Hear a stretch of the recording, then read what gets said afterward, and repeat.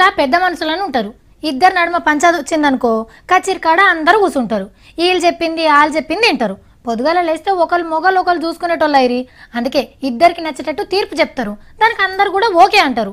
కడుముళ్ళకు కూడా అరే మంచి మాటనే చెప్పారు అని అనిపిస్తుంది. సేమ్ ఇట్లనే జరిగింది సుప్రీంకోర్టులో కూడా.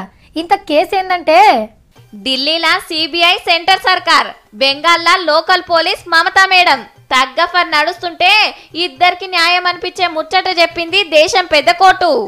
చిట్ ఫండ్ మోసం కేసుల కలకత్తా పోలీస్ కమిషనర్ను అరెస్ట్ చేయొద్దు, కానీ సిబిఐ ఎంక్వైరీ చేసుకోవచ్చు అని చెప్పింది. ఈగేముంది, అరెస్ట్ చేయనీయలే కాబట్టి న్యాయం మా దిక్కే ఉంది అని సీఎం మమతక్క. లేదు పోలీస్ సార్ని ఎంక్వైరీ చేయాల్సిందే అన్నది కాబట్టి మేమే గెలిచినట్టు అని సిబిఐ వాళ్ళు.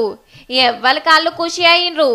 కోర్టు ఇట్లా చెప్పినా సరే ఇవాళ కూడా దీక్షలనే ఉన్నది బెంగాల్ సీఎం.